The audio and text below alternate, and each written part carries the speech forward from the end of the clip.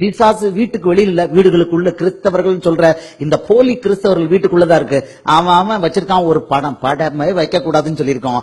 எந்தவன் கிறிஸ்தவன் வீட்டுக்குள்ள நுழைஞ்சாலும் முதல்ல போனா ஒரு தாடிக்காரர் படம் இருக்கு. எனக்குன்னா அது இருந்ததுனால அந்த வீடு பிசாசு கையில.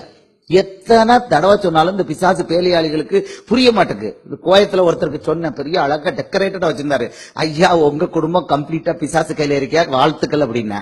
ஐயா யாரோ ஒருத்தர் கிஃப்டா கொடுத்த அழகா இருக்கு. ஆனா நல்ல ஆவியில சொன்னனால எடுத்துட்டாரு, வெளியில எடுத்துட்டாரு.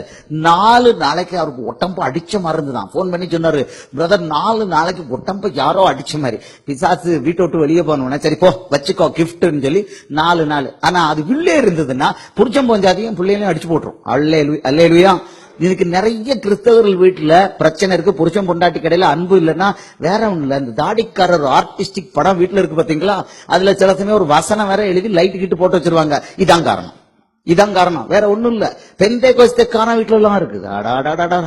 இந்த பாஸ்டர்ஸ் எல்லாம் இவங்களை என்ன தெரியுமா, கம்பெடுத்து அட்டிக்கணும். எவன் வீட்டுல எல்லாம் படம் இயேசு படம் சொல்லி தாடிக்காரன் படம் வச்சிருக்கீங்க வா முழங்கால் போடு அப்படின்னு அட்டி விளக்கணும். இவங்களுக்கு அடிச்சு 4 பேரை அடிச்சா 5வது ஆள் வீட்டுக்குள்ள போகும்போது இருக்காது. இல்லையா?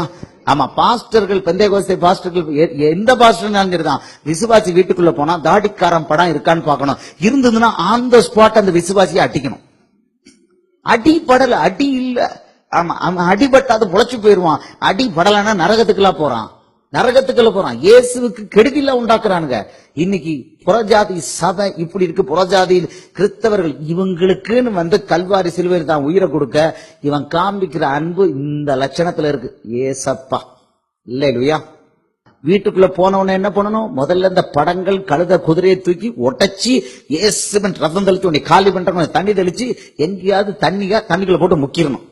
நான் ஊரா போறேன், என் ஜோலியே இதாயிட்டு. 2 நாளைக்கு முன்னால இருந்தேன், பூனால இருந்தேன். அங்க கிறிஸ்தவர் வீடுகள் இருந்தெல்லாம் அந்த படங்கள் எல்லாம் உருவி எடுத்து அவங்க என்னெல்லாமோ வச்சிருக்க உருவி எடுத்து அங்க போய் ஒரு நதியில நான் இயேசுவின் ரத்தம் தெளிச்சு அதை நியூட்ரலைஸ் பண்ண ஒரு ஆள் அதை தண்ணிக்குள்ள தூக்கி போட இந்த வேலை தான் பண்ணிக்கிட்டே இருக்கோம். அல்லேலூயா. கிறிஸ்தவர்களை இப்படியெல்லாம் காப்பாற்ற வேண்டியது இருக்குது.